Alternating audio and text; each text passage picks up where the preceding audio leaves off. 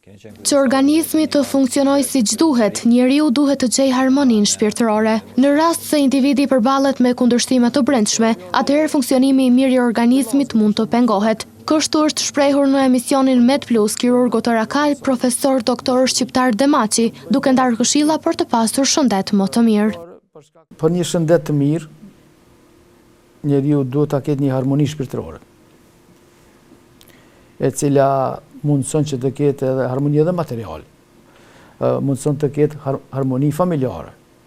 Edhe njeriu është më i qetë, pastaj edhe si i qetë nuk e pengon organizmin e tij që të funksionojë për te. Nëse njeriu ka kundërshtime të brendshme, atëherë ai e pengon organizmin të funksionojë si duhet. Pra duhet a lër organizmin të funksionojë si duhet, duhet të gjejmë një harmoni shpirtërore, fizike, që me mujt me e gëzu shëndetin. Kirurgu Demaçi tutje ka thënë se përpos ushqimit kualitativ, rol shumë të madh për një shëndet të mirë luan edhe lëvizja e rregullt. Përpos ushqimit kualitativ, lëvizja duhet të jetë lëvizja e rregullt, s'do të thotë të bëj ushtrime, palestra të rënda, por palestër e mirë është edhe palestrën thojza është edhe një ecje e mirë, një ecje e rregullt. Shumë mirë.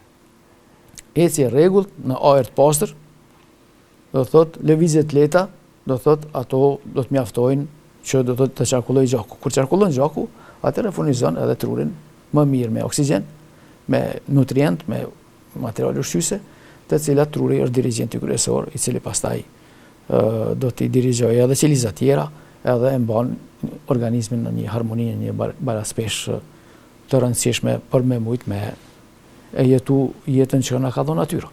Mes tjerash, doktori Demaçi tha se kur njeriu gëzon harmoninë shpirtërore, shëndeti i tij do të jetë i mirë dhe nuk do të ketë nevojë për përdorim të madh të ilaçeve të ndryshme. Operacionet tona kryesisht